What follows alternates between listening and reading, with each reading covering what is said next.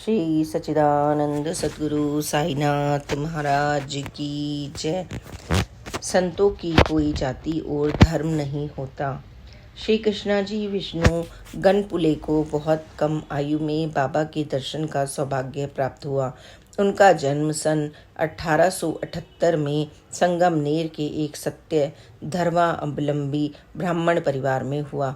कृष्णा जी जब अंग्रेजी माध्यम स्कूल की कक्षा 1 के छात्र थे तब स्कूल ने छात्रों को घुमाने और बाबा के दर्शन हेतु शिरडी जाकर पिकनिक मनाने का प्रस्ताव रखा। अध्यापक ने सभी छात्रों को अपने अभिभावकों से सहमति लाने को कहा।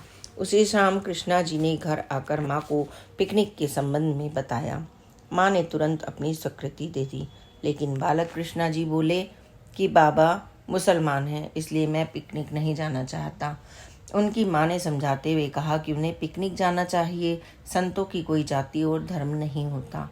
कुछ दिनों के बाद उन्होंने अपना नाम छात्रों की सूची में लिखवा दिया।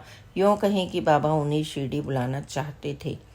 कक्षा शिरडी पहुंची और उनके सभी सहपाठियों ने बाबा को प्रणाम किया। कृष्णा जी प्रणाम करने वाले अंतिम छात्र थे। तब बाबा बोले, तुम तो उच्च जाति के ब्राह्मण हो और मैं एक निम्न मुसलमान, तुम प्रणाम क्यों कर रहे हो? उस शाम कृष्णा जी के अलावा सारे छात्र वापस लौट गए, क्योंकि कृष्णा जी को साईं बाबा ने अपने पास रोक लिया। कृष्णा जी बाबा जी के पास 11 महीने तक रुके और छमाही परीक्षा से पूर्व बाबा ने उन्हें वापस घर जाने की अनुमति दी। कृष्णा जी अच्छे अंक लेकर परीक्षा में उत्तीर्ण हुए। उनकी माँ लक्ष्मीबाई विष्णु गणपुले एक पुण्यात्मा थी, जिन्हें बाबा को भिक्षा देने का सुअवसर प्राप्त हुआ। कृष्णा जी और लक्ष्मीबाई दोनों को श्री साईं बाबा जी के प्रति अगाध श्रद्धा व लगन थी। बाबा भी उनकी सांसारिक आवश्यकताओं का पूरा ध्यान रखते, फलस्वरूप वे आरामदायक जीवन व्यतीत कर पाए। श्री सच्चिदानंद सद्गुरु साईनाथ महाराज की जय। अब एक अन्य लीला को सुनिए। बाबा द्वारा गजानन प्रधान की गिल्टी का उपचार। टखने की पुरानी कष्टदायक गिल्टी गजानन रामचंद्र प्रधान को सन 1910 में शिरडी ले आई। मुंबई निवासी गजानन एक युवा थे, जिनके दाएं टखने पर गोलाकार गिल्टी उभर आई थी।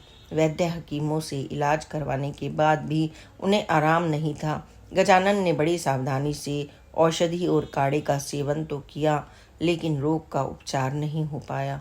वे प्रतिदिन प्रातः और रात्रि में गिल्टी पर पुलटिस बांधते और गिल्टी फटने की बजाय गोल और सख्त हो गई।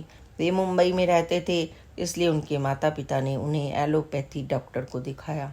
डॉक्टर ने 1 सप्ताह के लिए कैप्सूल खाने को दिए और कहा कि अगर 1 सप्ताह के पश्चात सुधार न हुआ तो वे ऑपरेशन द्वारा गिल्टी हटा देंगे। दवा लेने का उल्टा ही असर हुआ। गिल्टी की सूजन और बढ़ने लगी। उनकी माँ पुत्र की बिगड़ती हालत को देखकर बहुत चिंतित और निराश होने लगी। एक शाम उनके पारिवारिक मित्र ने उन्हें 15 दिनों के लिए शिरडी जाने की सलाह दी। उन्होंने कहा कि शिरडी में साईं बाबा नाम के दिव्य संत रहते हैं, जिनकी अनुकंपा से जनमानस को सुख समृद्धि व पूर्ण स्वास्थ्य की प्राप्ति हुई है। बाबा ने ईश्वर जिज्ञासुओं को आध्यात्म प्रदान किया है। उन्होंने मानव जीवन की समस्याएं एवं अत्यंत जटिल प्रश्नों का समाधान प्रदान कर गूढ़ रहस्यों की गुत्थियां खोली हैं। वे भ्रम एवं संशय के रोग से पीड़ित मानव मन के लिए औषधि हैं, तो प्रभु प्रेमियों के लिए एक दिव्य कृपा प्रसाद है। अगर आप उनकी शरण में जाकर उनसे सहायता की गुहार करेंगे तो वे निश्चित रूप से गजानन को रोग मुक्त कर देंगे। श्रीमती प्रधान ने अपने मित्र की सलाह मान ली। अगले ही दिन श्रीमती प्रधान, गजानन, उनका छोटा भाई नाना शिरडी के लिए रवाना हो गए। शिरडी पहुंचने पर उन्होंने धर्मशाला में एक कमरा लिया, जहां गजानन आराम करने लगा। उधर उनकी माँ और भाई गांव के निरीक्षण करने लगे। वापस आते समय वे भोजन की खाद्य सामग्री ले आए और कमरे में भोजन पकाया।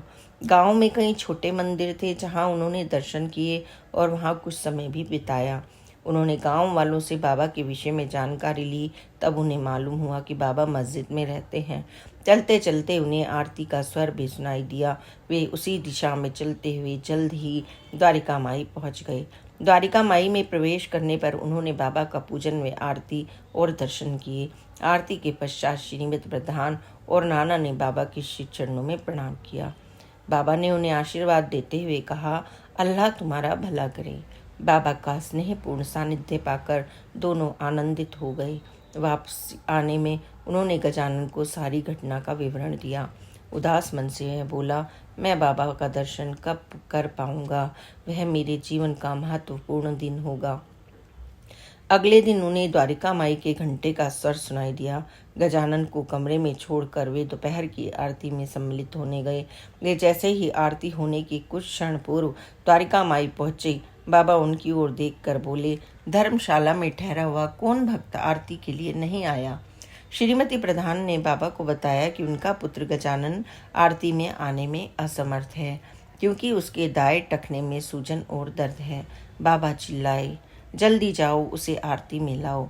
श्रीमती प्रधान और नाना वापस कमरे में पहुंचे। गजानन लंगड़ाकर द्वारिका माई में आया। जब वे वहां पहुंचा तो आरती समाप्त हो गई थी और भक्तगण बाबा के चरणों में प्रणाम कर रहे थे। अचानक बाबा ने एक पत्थर उठाकर गजानन के दाएं टखने की ओर फेंका। गजानन दर्द के कारण कराहा और जमीन पर गिर पड़ा। उसकी गिल्टी फूट गई जिसमें से पस और खून निकला। श्रीमती प्रधान ने वहां पड़े पत्ते और फूलों से उसे पोंछा और घाव पर उदी लगाई। जल्द ही घाव भर गया और गजानन सभी आरतियों में सम्मिलित होने लगा। बाबा का आशीर्वाद प्राप्त कर वे घर लौट आए। कुछ समय पश्चात गजानन को रेल विभाग में नौकरी मिल गई। गजानन ने बाबा को उसकी पीड़ा दूर करने के लिए धन्यवाद ज्ञापित किया। वे बाबा द्वारा महासमाधि लेने से पूर्व प्रतिवर्ष 2-3 बार शिरडी जाते रहे। वह घर में श्रद्धा भाव से बाबा के स्वरूप का पूजन करते। वे प्रतिदिन 8 घंटे तक चरित्र का नित्य पारायण करते। ऐसा अभ्यास उन्होंने दृढ़ साधक बनकर जीवन पर्यंत किया। शिरडी जाने के कारण भिन्न हो सकते हैं, लेकिन बाबा जब अपने भक्त पर दृष्टिपात करते हैं उसे अपने चरणों की ओर खींच लाते हैं। श्री सच्चिदानंद सद्गुरु साईनाथ महाराज की जय। ऐसी अन्य लीलाएं सुनने के लिए please like and subscribe this channel and share this channel. Om Sai Ram, जय साई राम, ओम साई राम।